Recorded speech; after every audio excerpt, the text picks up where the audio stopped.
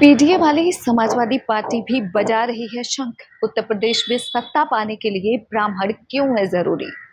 नमस्कार, India post news में आपका स्वागत है। उत्तर प्रदेश के सियासत में चुनाव आते ही कुछ जातियां अचानक राजनीति विमर्श के केंद्र में आ जाती हैं। ब्राह्मण भी इन्हीं जातियों में से एक है।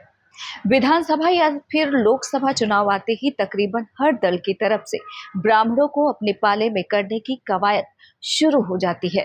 तमाम राजनीतिक दल जोरों से इस काम में जुट जाते हैं। राजनीतिक दल ब्राह्मण सम्मेलन आयोजित करते हैं।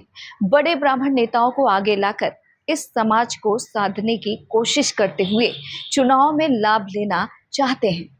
ऐसे में सवाल यह है कि आखिरकार ऐसा क्यों है जब उत्तर प्रदेश में ब्राह्मणों की आबादी कई अन्य बड़े सामाजिक समूहों से कम है और इसके बावजूद राजनीतिक दल उन्हें साधने के लिए इतनी मेहनत क्यों करते हैं।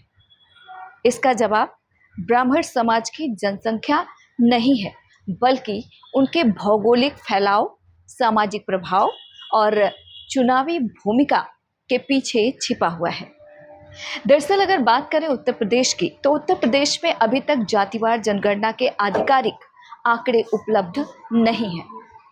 अलग अलग राजनीतिक विश्लेषणों का अगर बात करें, अनुमानों की अगर बात करें, तो प्रदेश में ब्राह्मणों की आबादी 9% के आसपास मानी जाती है। हालांकि कई जातीय समूहों के मुकाबले इनकी संख्या इतनी अधिक नहीं है। बावजूद इसके इनकी सबसे अधिक संख्या मध्य और पूर्वी उत्तर प्रदेश में है और इसके अलावा बुंदेलखंड इलाके में भी ब्राह्मणों की आबादी पाई जाती है। उत्तर प्रदेश में पार्टियों के बीच ब्राह्मण वोट बैंक की अहमियत कितनी है, ये भी एक बड़ा सवाल है। दरअसल साल 2022 की अगर बात करें, तो साल 2022 में उत्तर प्रदेश विधानसभा चुनाव के दौरान समाजवादी पार्टी ने 402 सीटों पर चुनाव लड़ते हुए 40 ब्राह्मण उम्मीदवार उतारे थे। भारतीय जनता पार्टी की बात करें तो 68 ब्राह्मणों को टिकट दिए गए थे। ये किसी एक जाति को दिए गए सबसे अधिक टिकट थे।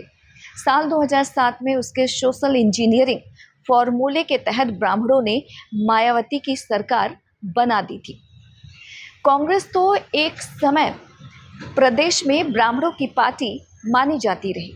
आज़ादी के बाद लंबे समय तक उत्तर प्रदेश की सत्ता पर काबिज रही कांग्रेस पार्टी ने उत्तर प्रदेश को पंडित गोविंद बल्लभ पंत, कमलापति त्रिपाठी, हेमवती नंदन बहुगुणा, नारायण दत्त त्रिपाठी और श्रीपति मिश्र जैसे मुख्यमंत्री भी दिए, जो कि ब्राह्मण समाज से ही आते थे। इससे साफ है कि दोनों पार्टियां ब्राह्मण वोटों को बेहद महत्वपूर्ण मानते हैं।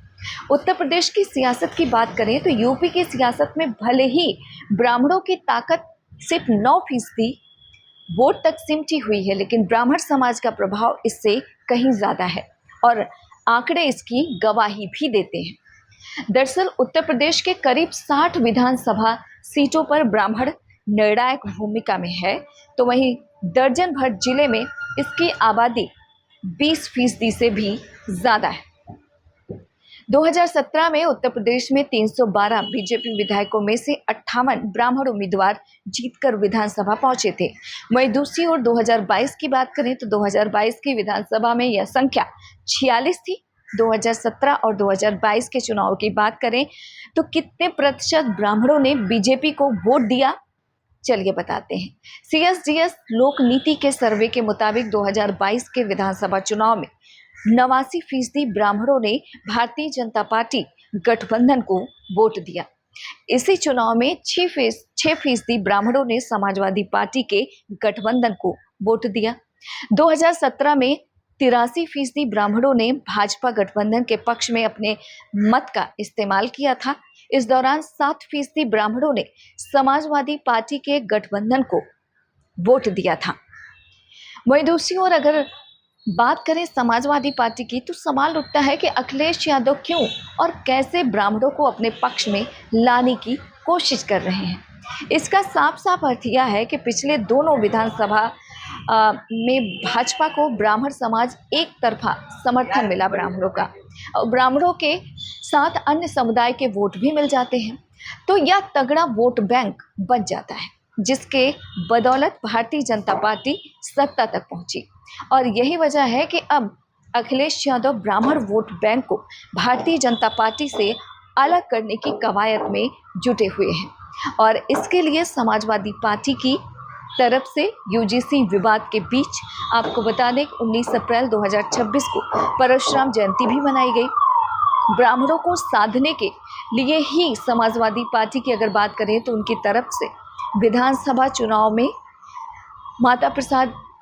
विधानसभा में माता प्रसाद पांडे को आगे किया गया, उन्हें विधानसभा में नेता प्रतिपक्ष तक बनाया। साथ ही अखिलेश यादव अब अपनी पीडीए यानी कि पिछड़ा दलित अल्पसंख्यक रणनीति को आगे बढ़ाते हुए इसमें अगड़ा यानी कि सवर्ण वर्ग को भी जोड़ने की कोशिश कर रहे हैं। और यही वजह है कि वह गोरखपुर के वरिष्ठ ब्राह्मण नेता रहे हरिशंकर तिवारी को आपको बता दें कि श्रद्धांजलि देने के लिए आयोजित समारोह में भी शामिल हुए थे।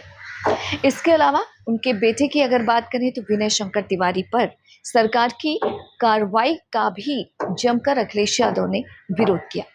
इसके अलावा आपको बता दें गोरखपुर के तिवारी हाथा के समर्थन पर भी मुख्यमंत्री योगी आदित्यनाथ पर लगातार तंज कसते हुए योगी सरकार को ब्राह्मण विरोधी भी कहते रहे। बीजेपी सरकार से क्यों ब्राह्मण बताए जाते हैं नाराज, चलिए अब ये जानते हैं। जैसे योगी सरकार पर लगातार ठाकुरवाद के आरोप लगे, इस बीच ब्राह्मण विधायकों ने अपनी एक अलग बैठक भी कर ली। इस सब के बीच भारतीय जनता पार्टी के प्रदेश अध्यक्ष पंकज चौधरी बीजेपी ब्राह्मण विधायकों को चेतावनी भी उन्होंने दे डाली। कहा जा रहा है कि इससे भी ब्राह्मण समाज के अंदर एक नाराजगी आई है। उनका तर्क है कि जब क्षत्रिय और कुर्मी विधायकों ने अपनी अलग बैठक की तो उन्हें कुछ नहीं कहा गया, लेकिन जब ब्राह्मण विधायकों ने ऐसा किया तो उनके साथ ऐसा सलूक क्यों, फटकार क्यों लगाई गई। विश्वविद्यालय अनुदान आयोग यानी कि यूजीसी के इक्विटी विवाद में पहली बार भारतीय जनता पार्टी के इस सवर्ण वोट बैंक में असंतोष पैदा किया। आपको बता दें कि उत्तर प्रदेश में इसका खासतौर पर असर देखने को मिला। बरेली के एक मजिस्ट्रेट ने विरोध में इस्तीफा तक दे डाला और लखनऊ में बीजेपी के 10 से अधिक सदस्यों ने पार्टी छोड़ दी। यह केवल विपक्ष का प्रचार नहीं माना जा रहा है, बल्कि इसे भारतीय जनता पार्टी को ब्राह्मण के समर्थन में दरार के रूप में भी देखा जा रहा है। अब सवाल उठता है कि बीजेपी कैसे ब्राह्मणों को अपने पाले में रखने की कोशिश कर रही है। दरअसल आपको बता दें कि 1990 के दशक में राम मंदिर आंदोलन के बाद बड़ी संख्या में ब्राह्मण मतदाता भारतीय जनता पार्टी के साथ आए। अटल बिहारी वाजपेयी, मुरली मनोहर जोशी, कलराज मिश्र और बाद में कई अन्य नेताओं ने इस वर्ग में पार्टी की पकड़ को मजबूत किया। 2014 के बाद से ही भारतीय जनता पार्टी ने गैर यादव, ओबीसी, गैर जाटव, दलित और सवर्ण वोटों का व्यापक गठजोड़ बनाया। इसमें ब्राह्मण समाज महत्वपूर्ण स्तंभ रहा। आज भी भारतीय जनता पार्टी का सवर्ण आधार काफी हद तक ब्राह्मण मतदाताओं पर ही निर्भर माना जाता है। भारतीय जनता पार्टी ने अपनी रणनीति बदली। दरअसल उत्तर प्रदेश के ब्राह्मण नेताओं और इसके अलावा मंत्रियों के साथ मंथन किया, फीडबैक लिया और एक कमेटी बनाकर ब्राह्मणों को भारतीय जनता पार्टी के पाले में फिर लाने की जिम्मेदारी सौंपी गई।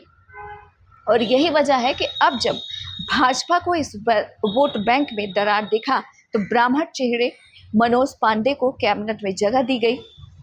आज़ादी के बाद कई दशकों तक उत्तर प्रदेश में कांग्रेस का मजबूत सामाजिक आधार रहा, ब्राह्मण रहा, दलित और मुस्लिम समुदायों पर टिका रहा। आपको बता दें कि उत्तर प्रदेश को कमलापति त्रिपाठी और हेमवती नंदन बहुगुणा जैसे बड़े ब्राह्मण नेता भी दिए। हालांकि 1989 के बाद मंडल और कमंडल की सियासत के बाद राज्य का राजनीतिक समीकरण काफ़ी हद तक बदल गया। कांग्रेस कमज़ोर होती गई और ब्राह्मण मतदाता धीरे धीरे दूसरी पार्टियों की ओर बढ़ने लगे। हालांकि कांग्रेस के पास फिर से एक मौका है, बीजेपी के पास ब्राह्मणों का वोट बैंक खिसकता जा रहा है, तो कांग्रेस उनके लिए विकल्प साबित हो सकती है। 2007 में मायावती ने कैसे समझा दी थी ब्राह्मण वोट बैंक की अहमियत? चलिए अब इसे विस्तार से समझते हैं। उत्तर प्रदेश की राजनीति में ब्राह्मणों की भूमिका की अहमियत साल 2007 के विधानसभा चुनाव में पहली बार नजर आई, जब बहुजन समाज पार्टी की प्रमुख मायावती ने दलित ब्राह्मण सामाजिक समीकरण तैयार किया। पार्टी के वरिष्ठ नेता सतीश चंद्र मिश्रा को ब्राह्मण चेहरा बनाया गया और पूरे राज्य में ब्राह्मण सम्मेलन आयोजित किए गए। इस रणनीति का नतीजा यह हुआ कि बीएसपी को बहुमत मिला और वह उत्तर प्रदेश की सत्ता पर काबिज हो गया। इसके बाद ही सभी दलों ने यह समझ लिया कि यदि ब्राह्मण मतदाता किसी भी दल के साथ बड़ी संख्या में जुड़ते हैं तो चुनावी तस्वीर बदल सकती है। और यही वजह है कि बहुजन समाज पार्टी ने सतीश चंद्र मिश्र को अब तक पार्टी का प्रमुख चेहरा बनाए रखा है। ऐसे में सिर्फ संख्या नहीं, प्रभाव भी बड़ी वजह है। दरअसल राजनीति में केवल आबादी ही मायने नहीं रखती, यह भी देखा जाता है कि कोई समुदाय कितनी सीटों पर प्रभाव डाल सकता है। उत्तर प्रदेश में ब्राह्मण समाज का वोट किसी एक जिले या फिर क्षेत्र तक सीमित नहीं है, बल्कि यही कारण है कि कोई भी पार्टी पूरे राज्य में चुनावी रणनीति बनाते समय इस वर्ग को नज़रअंदाज नहीं कर सकती। राजनीतिक विश्लेषकों का ऐसा मानना है कि ब्राह्मण मतदाता अपेक्षाकृत अधिक स्विंग वोटर भी रहे हैं। वह परिस्थितियों, नेतृत्व और मुद्दों को आधार पर अपना रुख बदलते हैं। हालांकि केवल ब्राह्मण वोटों के सहारे सरकार नहीं बना सकता, लेकिन ब्राह्मण वोट कई सीटों पर निर्णायक भूमिका निभा सकते हैं। इसके अलावा ब्राह्मण समाज को लेकर यह भी कहा जाता है कि अन्य जाति समूहों के भी वोट बैंक को प्रभावित करने की क्षमता रखता है। दिल्ली से इंडिया पोस्ट न्यूज़ के लिए ममता चतुर्वेदी।